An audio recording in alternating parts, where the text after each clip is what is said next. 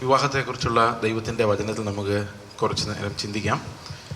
എന്തുകൊണ്ടാണ് ദൈവം വിവാഹം നിയമിച്ചത്? എന്തുകൊണ്ടാണ് വിവാഹം മാന്യവും എല്ലാവർക്കും കാംക്ഷിക്കാവുന്നതുമായിരിക്കുന്നത്? ക്രിസ്ത്യ വിവാഹത്തിന് മറ്റു വിവാഹങ്ങളുമായിട്ടുള്ള വ്യത്യാസം എന്താണ്? ഈ വിവാഹ ജീവിതത്തിൽ നമുക്ക് ദൈവം തരുന്ന വിശുദ്ധീകരണത്തിൻ്റെ ഉത്തരവാദിത്തങ്ങൾ എന്തൊക്കെയാണ് എന്നിങ്ങനെയുള്ള വളരെ കാര്യമായി നമ്മൾ മനസ്സിലാക്കേണ്ട അനേകം വിഷയങ്ങൾ വേദപുസ്തകത്തിലുണ്ട്. എങ്കിലും നമ്മുടെ മുൻപിലുള്ള സമയത്തെ മുൻനിർത്തിക്കൊണ്ട് ഞാൻ വളരെ വേഗം ഈ വിഷയങ്ങളിലേക്ക് കടക്കാൻ ആഗ്രഹിക്കുകയാണ്. ഞാൻ ഒട്ടും സമയം അധികം എടുക്കുകയില്ല. എന്തുകൊണ്ടാണ് വിവാഹം ദൈവം ഇൻസ്റ്റിറ്റ്യൂട്ട് ചെയ്ത്, എന്തുകൊണ്ടാണ് ദൈവം വിവാഹത്തെ സ്ഥാപിച്ചത് എന്നുള്ളതൊരു പ്രധാനപ്പെട്ട ചോദ്യമാണ്. കാരണം നമുക്കറിയാം, ഉൽപ്പത്തി പുസ്തകത്തിൽ ദൈവം ആദമിനെ സൃഷ്ടിച്ച ശേഷം ആദമിനെ നോക്കുമ്പോൾ ആദം ഒറ്റയ്ക്കിരിക്കുന്നത് നല്ലതല്ല എന്ന് ദൈവം കണ്ടു. അതുകൊണ്ട് ആദമിനൊരു തുണയായിട്ടാണ് ദൈവം ഹവ്വയെ കൊടുത്തത് എന്ന് നമുക്കറിയാം. പക്ഷേ ഞാൻ പലപ്പോഴും ഈ ബൈബിൾ വായിക്കുമ്പോൾ എനിക്ക് തോന്നിയിട്ടുള്ളത് ആദമിന് ഹവ്വയെ കൊടുക്കാതിരിക്കുന്നതായിരുന്നു കുറച്ചുകൂടെ നല്ലതെന്നാണ്. കാരണം ഹവ്വയെ കിട്ടിയ ശേഷമാണ് ആദം പാപം ചെയ്തത്. ഹവ്വയെ കിട്ടുന്നതിന് മുമ്പ് ആദം ഒരുവിധം സമാധാനമായി മര്യാദയ്ക്ക് ജീവിച്ചിരുന്നു എന്നാണ് ഞാൻ അസ്യൂം ചെയ്യുന്നത്. പക്ഷേ പലപ്പോഴും നമ്മൾ പറയാറുണ്ട്, ഒറ്റയ്ക്കിരിക്കുമ്പം പാപം ചെയ്യാനുള്ള സാധ്യത കൂടുതലാണ്, അതുകൊണ്ടാണ് ഒരു കൂട്ടാളിയെ ദൈവം തരുന്നതെന്ന് പലപ്പോഴും പറയാറുണ്ടെങ്കിലും ആദമിൻ്റെ കാര്യത്തിൽ തിരിച്ചായിരുന്നോ എന്ന് ഞാൻ പലപ്പോഴും ചിന്തിച്ചിട്ടുണ്ട്. ഞാനൊരു ആലോചിച്ചു, എന്താണ് ഈ ആദം ഒറ്റയ്ക്കിരുന്നുള്ള കുഴപ്പം? ഇപ്പം ഒന്നു ചേർന്നപ്പോഴാണ് നമ്മൾ നോക്കുമ്പം കുഴപ്പമുണ്ടായതെങ്കിലും ദൈവം നോക്കിയപ്പോൾ ഒറ്റയ്ക്കിരിക്കുന്നത് തന്നെയാണ് കുഴപ്പം. കാരണം നമ്മൾ ദൈവത്തിൽ നിന്ന് പ്രാപിക്കുന്ന ഒരു ബന്ധമുണ്ട്. ദൈവം നമ്മോട് സ്നേഹത്തോടെ ഇടപെടുവാൻ ആഗ്രഹിക്കുന്നു. ദൈവം സ്നേഹമാണ്. ദൈവത്തിന് ആദമിനോട് സ്നേഹമുണ്ട്. ആദമിന് മേൽ ദൈവത്തിൻ്റെ ജീവശ്വാസമുണ്ട്. സൃഷ്ടിയിൽ ഏറ്റവും ഉന്നതമായ പദവിയോടുകൂടിയാണ് ദൈവം മനുഷ്യനെ സൃഷ്ടിച്ചത്. അപ്പോൾ അത്രയും ദൈവത്തിൻ്റെ കൂട്ടായ്മയിൽ നടക്കുന്ന ആദം, ദൈവത്തെ അറിയുന്ന ആദം, ദൈവത്തെ അറിയുന്ന ഈ ആദമിന് ദൈവത്തിൽ നിന്ന് ലഭിക്കുന്ന ഗുണങ്ങൾ പങ്കുവെക്കുവാൻ ഒരാളെ ആവശ്യമാണ്. നമുക്കറിയാം, പല ആൾക്കാരും പറയാറുണ്ട്, എനിക്ക് ഭയങ്കര സ്നേഹമാണ് പക്ഷെ പ്രകടിപ്പിക്കാൻ അറിയത്തില്ല എന്ന് പലരും പറഞ്ഞ് ഞാൻ കേട്ടിട്ടുണ്ട്. അയാളുടെ ഉള്ളിൽ ഭയങ്കര സ്നേഹമുണ്ട് പക്ഷേ പ്രകടിപ്പിക്കത്തില്ലെന്നേ ഉള്ളൂ, വെളിയിലുള്ള ഈ ഗൗരവം മാത്രമേ ഉള്ളൂ എന്ന്.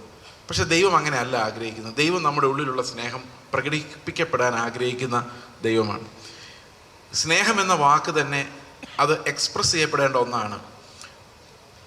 കൊടുക്കാതെ ആ സ്നേഹം ഉണ്ട് എന്ന് ഹൃദയത്തിൽ ഇങ്ങനെ സൂക്ഷിച്ചു വെക്കാൻ പറ്റുന്ന ഒരു സാധനമല്ല സ്നേഹം എന്ന് പറയുന്നത്.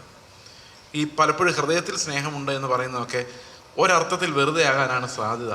കാരണം പ്രകടിപ്പിക്കാത്ത സ്നേഹം കൊണ്ട് എന്താണ് പ്രയോജനം? അപ്പം ദൈവം ആദമിന് കൊടുക്കുന്ന കൂട്ടായ്മ ആരോടുള്ള കൂട്ടായ്മയാണെന്നറിയാമോ? ആ ദൈവത്തിൻ്റെ അതേ സ്വരൂപത്തിലും സദൃശ്യത്തിലും സൃഷ്ടിച്ച് അവൻ്റെ ജീവശ്വാസം ഊതിയ ഒരാളോടുള്ള കൂട്ടായ്മയാണ്. അങ്ങനെയുള്ള ആദം പോയി ഒരു പക്ഷിയോ മൃഗത്തോടോ കൂട്ടുകൂടിയാൽ ഈ കൂട്ടായ്മ പങ്കുവയ്ക്കാൻ സാധിക്കില്ല. അപ്പോൾ ശരിക്കും ആദമിൽ നിന്ന് തന്നെ ദൈവത്തിൻ്റെ സ്വഭാവമുള്ള, ദൈവവുമായിട്ട് ഇടപെടാൻ പറ്റുന്ന ആത്മാവുള്ള ഒരു കൂട്ടാളി തന്നെ വേണമായിരുന്നു. നമുക്കെല്ലാവർക്കും അങ്ങനെ ഒരു പങ്കുവെക്കലിൻ്റെ ആവശ്യമുണ്ട്. അതുകൊണ്ടാണ് സഭയുള്ളത്, അതുകൊണ്ടാണ് കുടുംബങ്ങളുള്ളത്. നമ്മൾ ശരിക്കും കർത്താവിൽ നിന്ന് ലഭിക്കുന്ന അനുഗ്രഹങ്ങൾ പങ്കുവെക്കുന്നതിലൂടെയാണ് ദൈവം മഹത്വപ്പെടുന്നത്. ഇപ്പോൾ ദൈവത്തിൻ്റെ സമ്പത്ത്, ദൈവം സ്നേഹമാണെന്ന് നമുക്കറിയാം. ഈ സ്നേഹം പങ്കുവെക്കപ്പെടുമ്പോൾ കർത്താവിൻ്റെ നാമമാണ് മഹത്വപ്പെടുന്നത്. ഇപ്പോൾ ദൈവം അവൻ്റെ മഹത്വത്തെ കാണിക്കാൻ വേണ്ടിയും ദൈവത്തിൻ്റെ സ്വഭാവം എന്താണെന്ന് അവൻ്റെ സൃഷ്ടിയിലൂടെ വെളിപ്പെടുത്താൻ വേണ്ടിയും കൂടിയാണ് വിവാഹത്തെ നിശ്ചയിച്ചത് എന്ന് നമുക്ക് വേദപുസ്തകത്തിൽ നിന്ന് മനസ്സിലാക്കാം. ഈ വിവാഹം ഒരു ക്രിസ്ത്യാനിയെ സംബന്ധിച്ച്, ഒരു വിശ്വാസിയെ സംബന്ധിച്ച് വളരെ പ്രധാനപ്പെട്ട ഒരു കാര്യമാണ്. കാരണം വേദപുസ്തകത്തിൽ നമുക്കറിയാം, ഇപ്പം നിങ്ങൾ ഇത്തിരി മുമ്പ് ഈ വധുവിനെയും വരനെയും കുറിച്ച് സെബാസ്റ്റ്യൻ പാസ്റ്റർ പറയും, നിങ്ങൾ കേട്ട് കാണും. നിങ്ങൾ വിചാരിച്ചാണ് എത്ര സൗമ്യരും എത്ര താഴ്മയുള്ളവരും എത്ര നല്ലവരുമായ വധുവും വരനുമാണ് ഇവിടെ ഇരിക്കുന്നതെന്ന്. നമ്മുടെ മുമ്പിൽ അവരങ്ങനെയൊക്കെ ആണെങ്കിലും ഇവരുടെ ക്ഷമ എവിടെയാണ് പൊട്ടുന്നതെന്ന് ഇനി ഇവർ അങ്ങോട്ടും ഇങ്ങോട്ടും കണ്ടുപിടിക്കാനുള്ളൊരു അവസരമാണ്. കാരണം ഇപ്പം നമ്മളാരും അവരെ അത്രയും പരീക്ഷിക്കുന്നില്ല. എവിടെ വരെയാണ് ഇവരുടെ ക്ഷമയുള്ളത്, എവിടെയാണ് ഈ സ്വഭാവമല്ലാതെ വേറൊരു സ്വഭാവം വെളി വരുന്നത് നമുക്കറിയത്തില്ല. പക്ഷെ നമ്മുടെ ഉള്ളിലെല്ലാം നമുക്കറിയാൻ വയ്യാത്ത ഒരു ദേഷ്യം വരുന്നൊരു സാധനമുണ്ട്. സാധാരണഗതിയിൽ അങ്ങനെ ഒന്നും വെളി വരാറില്ല. അത് വെളിയിൽ വരണമെങ്കിൽ അത്ര ഭയങ്കരമായിട്ട് പ്രൊവോക്ക് ചെയ്യപ്പെടണം. ചില ആൾക്കാർ പെട്ടെന്ന് ദേഷ്യപ്പെടും, ചില ആൾക്കാർ വളരെ പ്രൊവോക്ഡായാൽ മാത്രമേ ദേഷ്യപ്പെടുള്ളൂ. പക്ഷെ ഒരു ഭാര്യയും ഭർത്താവും ഒന്നിച്ച് ജീവിക്കുമ്പം തീർച്ചയായിട്ടും അവർ പ്രൊവോക്ക് ചെയ്യപ്പെടും. ഇപ്പോൾ ഇവിടെ ഇരുന്ന ഈ പിള്ളേർ വിചാരിക്കായിരിക്കും, ഇത്രയും സൗമ്യമായ ഒരു ഭാര്യ എനിക്ക് കിട്ടിയല്ലോ, ഇത്രയും നല്ലൊരു ഭർത്താവിന് എനിക്ക് കിട്ടിയല്ലോ എന്നൊക്കെ ഇവർ ഇവിടെ നിന്ന് ആശ്വസിച്ചാലും മനുഷ്യനായതുകൊണ്ട് കുറേ കഴിയുമ്പോൾ ഇവരുടെ ഒറിജിനൽ അകത്ത് ആരെയും കാണിക്കാതെ ഇവർ വെച്ചുകൊണ്ടിരുന്ന ഈ ദേഷ്യം എവിടെ നിന്നാണ് വരുന്നത്, എപ്പോഴാണ് സോളമൻ ദേഷ്യപ്പെടുന്നതെന്നും മെർലിൻ ദേഷ്യപ്പെടുന്നതൊക്കെ ഇവർ അങ്ങോട്ടും ഇങ്ങോട്ടും കണ്ടുപിടിക്കാൻ പോവാണ്. അപ്പോൾ ഈ പാസ്റ്റർ പറഞ്ഞ പോലെ ഒന്നുമല്ലോ, ഈ പാസ്റ്റർക്കൊന്നും ആരെയും മനസ്സിലാവില്ല എന്ന് ചിലപ്പം ചിന്തിച്ചെന്ന് വരാം. ഞാനിത് പറയാൻ കാരണം, നമ്മുടെ എല്ലാ ഉള്ളിൽ ആർക്കും അറിയാൻ വയ്യാത്ത ഒരു ഞാനുണ്ട്. നിങ്ങളത് ആരുടെ മുമ്പിൽ വെളിപ്പെടുത്താത്ത ഒരു ഞാൻ. ഇപ്പം നമ്മുടെ ഹൃദയത്തിലുള്ള എല്ലാ ചിന്തകളും വെളിയിലുള്ള ഒരാൾക്ക് കാണാൻ പറ്റുവാണെങ്കിൽ, അത് നമ്മുടെ അയൽവക്കക്കാർക്ക് വായിക്കാൻ പറ്റുവാണെങ്കിൽ, നമ്മളെ നാട്ടിൽ പോലും നിർത്തുകയില്ല. അത് നമ്മളെല്ലാവരിൽ നിന്നും മറച്ചു വയ്ക്കും. പേരൻസിന് നമ്മളെ പൂർണ്ണമായിട്ട് അറിയത്തില്ല. പല ആൾക്കാരും വിചാരിക്കും ഞാൻ വളരെ നല്ല മനുഷ്യനാണെന്നാണ്. എൻ്റെ ഭാര്യ ഇന്ന് വന്നിട്ടില്ല, വരുമായിരുന്നെങ്കിൽ ഭാര്യയോട് ചോദിക്കായിരുന്നു ഇയാൾ എങ്ങനെയുണ്ട്. അപ്പം നിങ്ങളെക്കാളൊക്കെ എന്നെ അറിയാവുന്നത് എൻ്റെ ഭാര്യയ്ക്കാണ്. എൻ്റെ ഭാര്യയ്ക്ക് പോലും അറിയാൻ വയ്യാത്തൊരു ഞാനുണ്ടാകാം, എനിക്ക് പോലും അറിയാൻ വയ്യാത്തൊരു ഞാനുണ്ട്. കർത്താവിന് മാത്രം അറിയാം എൻ്റെ നിഗൂഢ ലക്ഷ്യങ്ങൾ, എൻ്റെ ഉള്ളിൻ്റെ ഉള്ളിലുള്ള ആ ചിന്തനങ്ങളും ഹൃദയത്തിൻ്റെ പോക്കും ഡയറക്ഷൻ ഇതെല്ലാം തിരിച്ചറിയുന്ന ഒരു കർത്താവുണ്ട്. അപ്പോൾ കർത്താവ് എന്നെ നോക്കിയിട്ട് ഇങ്ങനെ പറയുമായിരിക്കും, ഇവനെ നേരെയാക്കാൻ ഇയാളെ ആവശ്യമാണ്. ഇതാണ് ഇവനെ നേരെയാക്കാൻ പറ്റിയ ആൾ. സ്നേഹം പഠിപ്പിക്കാൻ, ക്ഷമ പഠിപ്പിക്കാൻ, കരുണ പഠിപ്പിക്കാൻ, ക്രിസ്തുവിൻ്റെ സ്വഭാവമുള്ള ഒരാളാക്കി മാറ്റുവാൻ ഈ ആൾ കൂടെ ചെന്നാലേ സാധിക്കുകയുള്ളൂ എന്ന് ദൈവം കണ്ടെത്തുന്നതാണ് ഈ പുതിയ നിയമത്തിലെ വിവാഹം എന്ന് ഞാൻ വിശ്വസിക്കുന്നു. നമ്മൾ പലരും ചിന്തിക്കുമായിരിക്കും, എനിക്ക് കുറച്ചും കൂടെ നല്ലൊരു വിവാഹം കിട്ടുമായിരുന്നെങ്കിൽ നല്ലതായിരുന്നു എന്ന് നിങ്ങൾ പലരും ചിന്തിക്കുന്നുണ്ടായിരിക്കാം. നിങ്ങളോട് കർത്താവ് പറയുന്നത് അയാളെ നന്നാക്കാൻ നിങ്ങളെ അല്ലാതെ വേറെ ആരെയും കണ്ടിട്ടില്ല ദൈവം എന്നുള്ളതാണ്. ക്ഷമ ഇല്ലാത്ത ഒരാളെ ക്ഷമ പഠിപ്പിക്കാൻ വേണ്ടിയാണ് ദൈവം ഒരാളെ കൂടെ വിടുന്നത്. അപ്പോൾ നിങ്ങൾ ക്ഷമയോടെ രാവിലെ 10 മണിക്ക് ഇറങ്ങാൻ പറഞ്ഞു കഴിഞ്ഞാൽ 11 ആയാലും റെഡി ആവാതിരിക്കുമ്പോൾ അങ്ങോട്ടും ഇങ്ങോട്ടും അസ്വസ്ഥനായി എന്ത് ചെയ്തുകൊണ്ടിരിക്കുക ചോദിക്കും. അപ്പോൾ സൗമ്യത പഠിക്കും, മിണ്ടാതിരിക്കുക, ക്ഷമ പഠിക്കുക. ഇത് നമ്മൾ പഠിക്കേണ്ടതായി വരും. നമ്മൾ ഏതെങ്കിലും ബലഹീനതകൾ നമുക്ക് ഉള്ളിലുണ്ടെങ്കിൽ ഇത് കണ്ടെത്താനും അത് മറയ്ക്കാനും അത് വിശദീകരിക്കുവാനും ക്രിസ്തുവിൻ്റെ സ്വഭാവമുള്ളവരായി നമ്മൾ മാറുവാനും ഒക്കെ വേണ്ടിയാണ് ഒരാളെ പൂർണ്ണ അധികാരത്തോടു കൂടി നമ്മുടെ ജീവിതത്തിലേക്ക് ദൈവം കടത്തിവിടുന്നത്. അപ്പനും അമ്മയ്ക്കും ഇല്ലാത്ത അധികാരം, എനിക്ക് പോലും എൻ്റെ മേലില്ലാത്ത അധികാരം എൻ്റെ ഭാര്യയ്ക്ക് എൻ്റെ മേലുണ്ട്. എൻ്റെ ജീവിതത്തിൻ്റെ ഏത് കോർണറിലും ഭാര്യയ്ക്ക് കയറി ചെല്ലാം. ആ ആളെ അടിമുടി. പക്ഷേ ഇന്ന് നമുക്കറിയാം പിള്ളേരെല്ലാം ഭയങ്കര പ്രൊട്ടക്റ്റീവാണ്. നിങ്ങൾക്കറിയാം ഇന്നത്തെ പിള്ളേർ ഒരു റൂമിനകത്ത് മൊബൈൽ ഫോണായിട്ട് കയറി കഴിഞ്ഞാൽ അവരെ ആരും ഡിസ്റ്റർബ് ചെയ്യുന്ന ആർക്കും ഇഷ്ടമില്ല. പണ്ട് അങ്ങനെയല്ല. പണ്ട് കസിൻസായി, സഹോദരങ്ങളായി, വർത്തമാനമായി, കഥകളായി, വല്യമ്മമാരും വല്യപ്പന്മാരും വരുവാണെങ്കിൽ അവരുടെ പഴയ കഥകൾ, അല്ലേ, കുറുക്കൻ രാജാവായ കഥയോ നീലക്കുറുക്കൻ വെള്ളത്തിൽ ചാടിയ കഥ, എങ്ങനെ കേട്ടിട്ടുണ്ടോ നിങ്ങൾ? അതൊക്കെ പണ്ടത്തെ കാലത്ത് ഇങ്ങനെ ഒരു കുടുംബത്തിൽ അങ്ങനെ ഒരു ബന്ധങ്ങളൊക്കെ ഉണ്ട്. കഥ പറച്ചിലുണ്ട്, ഒന്നിച്ച് കളിക്കലുണ്ട്, സാറ്റ് കളി, ഇതൊക്കെ പണ്ട് ഞാൻ രാജാക്കാടുകാരനാണ് ബേസിക്കലി. അപ്പം എനിക്ക് കളികളൊക്കെ ഓർമ്മയുണ്ട്, നാട്ടിൻപുറത്തെ കളികളെല്ലാം. പക്ഷെ ഇന്ന് അപ്പൂപ്പനും അമ്മമ്മയൊക്കെ കഥ പറയാൻ തുടങ്ങുമ്പോൾ അതിനേക്കാളും ഭയങ്കര കഥകൾ ടി വിയിൽ കണ്ണ് തള്ളിയിരിക്കുന്ന ആളുടെ അടുത്ത് നീലക്കുറുക്കനുമായിട്ട് നിന്ന് കഴിഞ്ഞാൽ ഒന്നും നടക്കുകയില്ല. അതുകൊണ്ട് ഇന്ന് മാതാപിതാക്കളോടുള്ള ബന്ധം വളരെ കുറവാണ്. ഗ്രാൻഡ് പേരൻസിനോട് യാതൊരു ബന്ധവുമില്ല. കാരണം അവർ തമ്മിൽ ഭയങ്കര ജനറേഷൻ ഗ്യാപ്പാണ്. അപ്പോൾ അങ്ങനെ വന്നു കഴിയുമ്പോഴേക്കും ഈ കുടുംബങ്ങൾ സ്വതന്ത്രമായി, അവരെ പ്രൈവറ്റായി, ഞങ്ങളുടെ കുടുംബകാര്യത്തിൽ അവനെന്തിന് ഇടപെടുന്നു എന്നുള്ളതായി.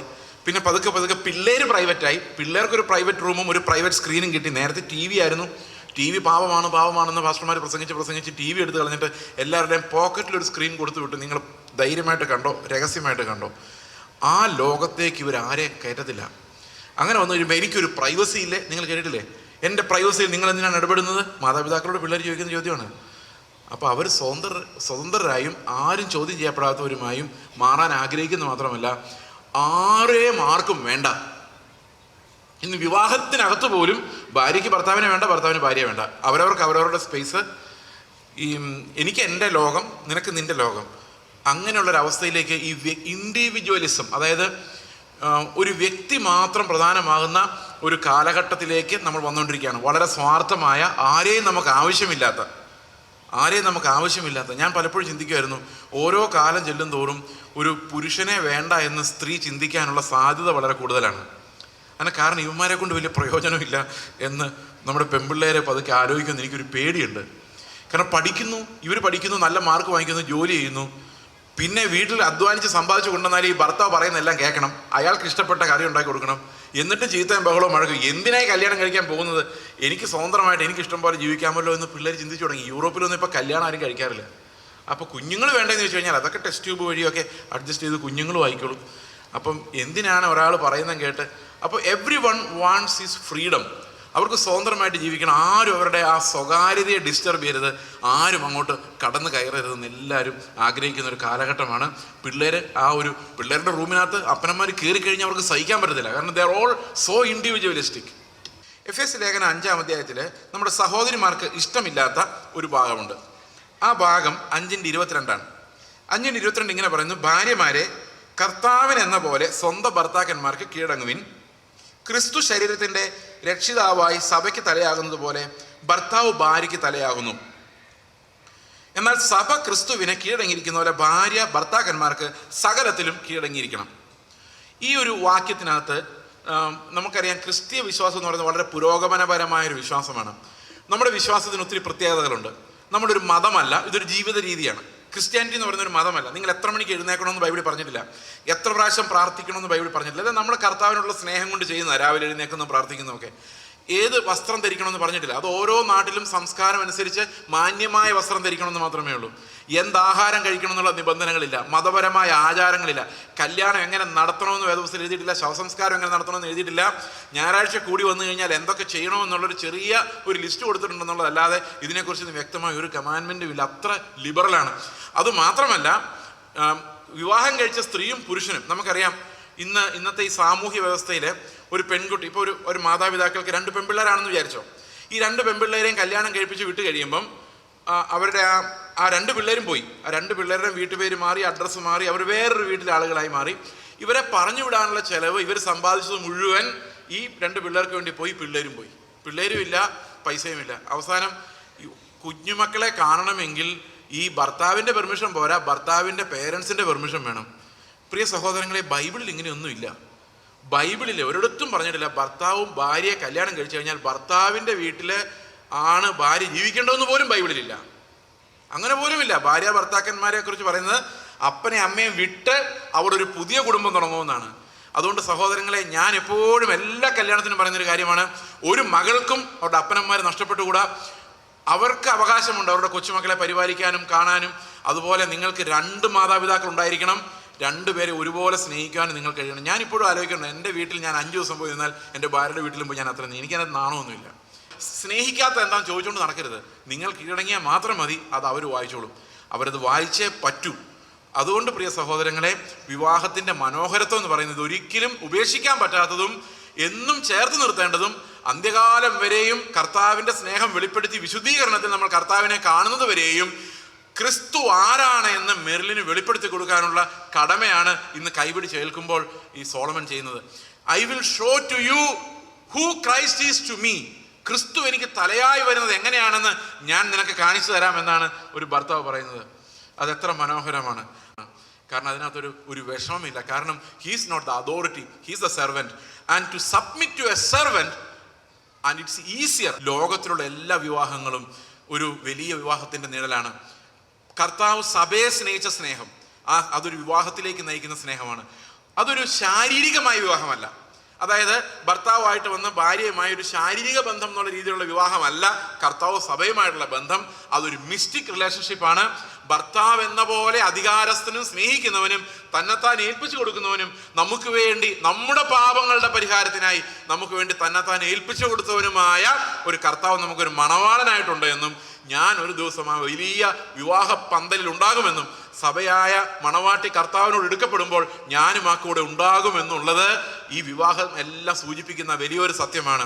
ആ ഒരു സത്യത്തിലേക്കും കൂടെ നിങ്ങൾ ഒരുങ്ങുമ്പോഴാണ് ശരിക്കും വിശുദ്ധ വിവാഹം എന്നുള്ളതിൻ്റെ അർത്ഥം എന്താണെന്ന് നമുക്ക് മനസ്സിലാകുന്നത്. അപ്പോൾ ദൈവം കൂട്ടിയോജിപ്പിക്കുന്ന ഈ 2 മക്കളും ജീവിച്ച് തീരുന്ന കാലം വരെയും അവർ തമ്മിൽ ഇടർച്ച ഉണ്ടാകുവാൻ ഒരു ശബ്ദം പോലും നിങ്ങൾ ആരിൽ നിന്നും ഉണ്ടാകാതെ, ഒരു ബന്ധങ്ങളിൽ നിന്നുണ്ടാകാതെ അവർ തമ്മിലുള്ള ഐക്യത്തെ ബലപ്പെടുത്തുവാനും ജീവിതകാലം മുഴുവൻ ഒന്നായിരിക്കുവാനും നിങ്ങൾ പ്രാർത്ഥിക്കുകയും നിങ്ങൾ അതിനുവേണ്ടി പ്രവർത്തിക്കുകയും ചെയ്യണം. അതുപോലെ നമ്മുടെ വിവാഹങ്ങളിൽ നമുക്ക് ദൈവം തന്ന വിവാഹങ്ങളിൽ പങ്കാളിയുമായിട്ടുള്ള ബന്ധം എന്താണ്, സ്നേഹം എന്താണ്, ക്ഷമിക്കപ്പെടാത്ത മേഖലകൾ എന്താണെന്ന് കണ്ടെത്തുകയും അവിടെയെല്ലാം ക്രിസ്തുവിൻ്റെ സമാധാനത്തോടെ ആത്മാവിൻ്റെ ബലത്തോടെ വിശുദ്ധീകരണം പ്രാപിച്ച് കർത്താവിൻ്റെ സഭയുടെയും സ്ഥാനത്ത് നിൽക്കുന്ന ആ മഹത്വമേറിയ കാഴ്ചയിലേക്ക് ദൈവം നിങ്ങൾ ഓരോരുത്തരെയും നടത്തട്ടെ എന്നും കൂടെ ഞാൻ പ്രാർത്ഥിക്കുന്നു.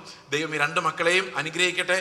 അവരുടെ ജീവിതകാലത്ത് കർത്താവിൻ്റെ സ്വർഗീയ സമ്പത്തുകൾ അനുഭവിക്കുവാൻ ദൈവം അവർക്ക് അനുഗ്രഹം കൊടുക്കട്ടെ. അതുപോലെ അവരുടെ ജീവിതം നിങ്ങൾക്കെല്ലാവർക്കും, നമുക്കെല്ലാവർക്കും, മാതാപിതാക്കൾക്ക് പ്രത്യേകിച്ചും, സഹോദരങ്ങൾക്ക് എല്ലാവർക്കും വലിയൊരു അനുഗ്രഹമായി മാറട്ടെ.